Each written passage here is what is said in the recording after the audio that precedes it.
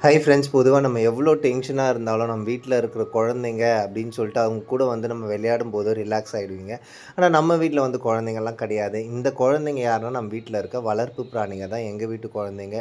எவ்வளோ டென்ஷனா இருந்தாலும், உடம்புல ஏதாவது பிரச்சனைகள் இருந்தா கூட இதுங்க கூட விளையாடும்போது பார்த்தீங்கன்னா, அப்படியே ரொம்ப சந்தோஷமா இருக்குங்க.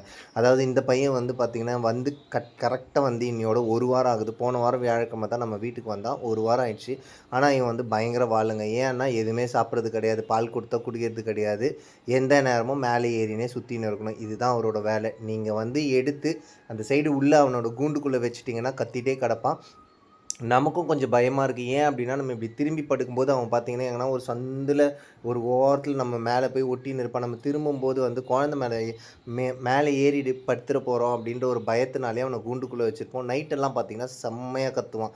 இவனுக்கு தேவை என்னன்னா, இந்த மாரி தூக்கி வச்சுக்கின்னு, இந்த மாரி தடவிட்டே இருந்தீங்க அப்டின்னா, அவன் சுகமா இருப்பான். நீங்க கைய எடுத்துட்டீங்க அப்டின்னா, அப்டியே ஓடி போயிடுவான். இந்த ஸ்ரீராம் பையன். இந்த வீடியோ உங்களுக்கு புடிச்சிருந்தா வந்து ப்ளீஸ் லைக் பண்ணுங்க, ஷேர் பண்ணி நம்மளோட சேனல வந்து நீங்க இன்னும் சப்ஸ்கிரைப் பண்ணாம இருந்தீங்கன்னா, சப்ஸ்கிரைப் பண்ணி சப்போர்ட் பண்ணுங்க. பாய்.